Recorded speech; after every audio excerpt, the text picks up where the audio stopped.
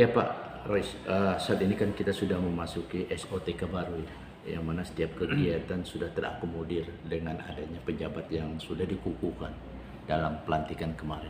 Nah, Bang, sedikit Bang, saya melihat program ke depan untuk Dinas Kesehatan sampai sejauh mana Bang? Baik, terima kasih Bang Taufik. Jadi Dinas Kesehatan ya terima kasih, bersyukur gitu ya, saat ini sudah dikukuhkan dengan SOTK yang baru. Kita udah menyesuaikan dengan SOTK yang baru. Sebetulnya secara program, wilayah program tidak terjadi perubahan. Jadi kita mengemban amanah,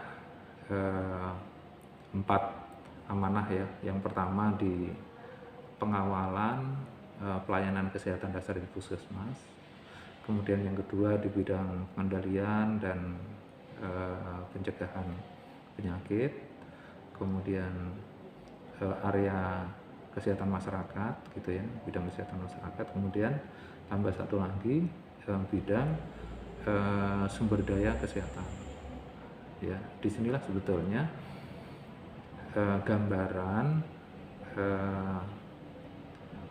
bidang-bidang atau amanah yang diembankan kepada Dinas Kesehatan di SOTK yang baru. Nah, kalau kita melihat Bang, kalau kita berkisar untuk anggaran Dinas Kesehatan ini untuk tahun 2023 ini berapa Bang? Iya, anggaran kita itu kan ada APBD gitu ya, dari PAD, kemudian ada yang dari DAK, kemudian ada yang dari DAK fisik, ada DAK non fisik gitu. Kemudian ada termasuk itu kan termasuk TKD ya, transfer keuangan ke daerah dari pusat. Fokus pembiayaan atau penggunaan anggaran kita tentu karena sesuai dengan fungsi di SOTK itu, Dinas Kesehatan itu bertanggung jawab atau diberi amanah untuk menjamin penyelenggaraan pelayanan kesehatan bagi masyarakat di Kota Waringin Barat. Sehingga anggaran yang ada itu tentu digunakan untuk membina dan memfasilitasi, memberikan dukungan kepada puskesmas, kemudian instalasi farmasi dan labkesda. Karena UPT kita adalah itu, dan termasuk sekarang yang masih kita handle adalah Rumah Sakit Kutaringin untuk mendukung, menunjang, membina pelayanan kesehatan dasar di sana. Kemudian yang kedua juga untuk menjalankan amanah-amanah mulia dari sektoral. Artinya pembangunan kesehatan secara nasional yang diamanatkan oleh pusat, dalam hal ini Presiden dan Menteri gitu ya. Dirangkum dalam satu tatanan program yang apik bernama transformasi, 6 pilar transformasi kesehatan. Transformasi layanan kesehatan primer, transformasi layanan kesehatan rujukan, kemudian transformasi sumber pembiayaan kesehatan, kemudian transformasi ketahanan kesehatan, kemudian transformasi teknologi, penggunaan teknologi yang bisa menyediakan data yang presisi. Jadi 6 pilar transformasi kesehatan inilah yang akhirnya juga menjadi area tugas Dinas Kesehatan di kabupaten kota, termasuk Kota Waringin Barat. Nah, kalau kita berkisar sedikit Bang, kalau anggarannya per tahunnya berapa Bang untuk tahun 2023 ini? Kalau persisnya, karena yang dari DAK itu kan baru diverifikasi Bang Topik, ya. Baru diverifikasi berapa yang sudah, nanti secara detail ada datanya. Ya, saya tidak hafal persis, daripada salah nanti saya menyebut. Tetapi dana-dana itu baik dana dari murni kabupaten maupun dari DAK gitu ya, transfer keuangan pusat ke daerah, itu dimanfaatkan untuk itu. Nanti rinciannya ada, nanti kami sampaikan. Karena yang diverifikasi yang terakhir yang dari transfer pusat ke daerah itu berapa, nah itu yang saya nggak hafal. Kemudian untuk apa lagi anggaran-anggaran yang ada itu? Tentu untuk membiayai operasional gitu, operasional pelayanan kesehatan dasar. Kemudian yang tidak kalah penting, ya operasional itu tidak hanya sekedar operasional, tetapi juga bahan-bahan, material atau segala sesuatu yang diperlukan untuk mendukung operasional. Misalkan untuk belanja obat, bahan habis pakai untuk mendukung operasional. Kemudian untuk penyediaan tenaga, ya tenaga TKD kita. Kemudian untuk pemenuhan alat sarana prasarana itu juga bagian dari itu. Dan yang tidak kalah penting, ya tidak kalah penting juga untuk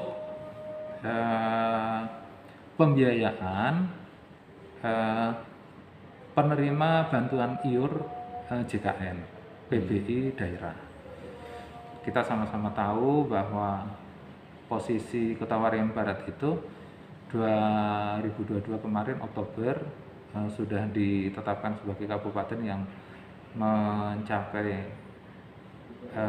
status UHC Universal Health Coverage untuk pemenuhan kepesertaan, ya kepesertaan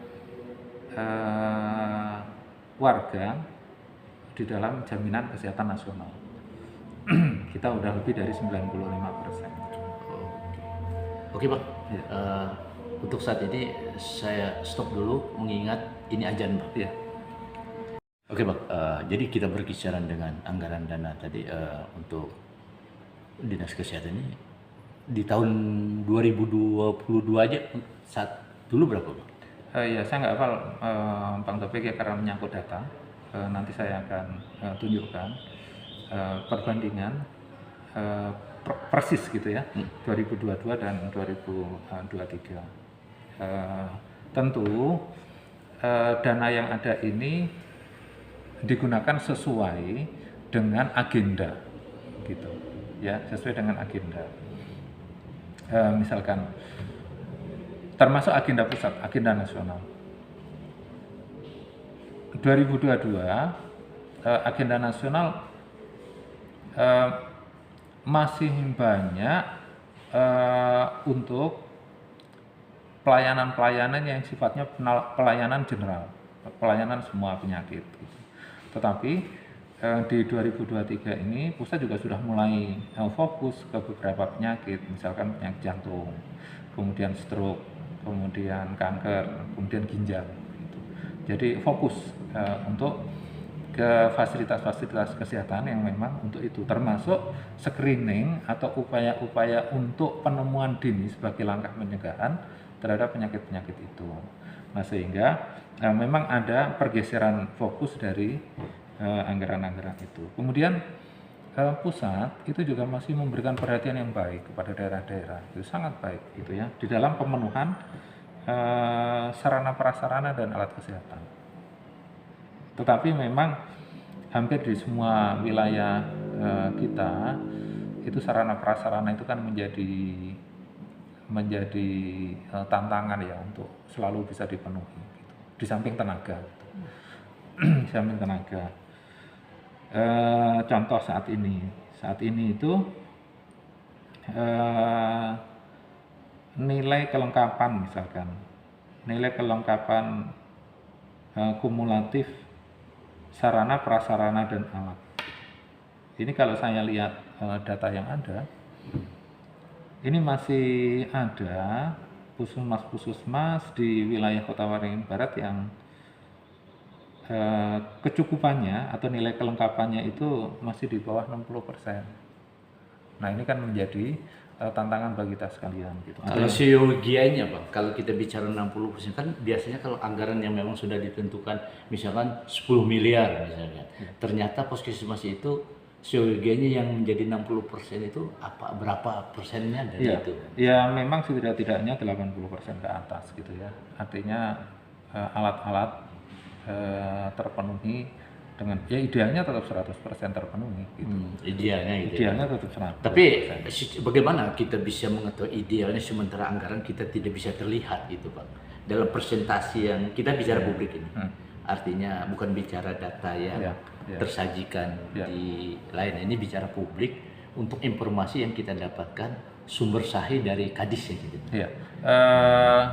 Untuk pelayanan dengan alat sarana prasarana yang ada itu kan masih bisa dioptimalkan gitu ya, masih bisa dioptimalkan, yang ada itu masih bisa dioptimalkan. Kemudian yang kedua, ini juga menjadi ya saya pikir sesuatu yang baik gitu ya, sesuatu yang baik.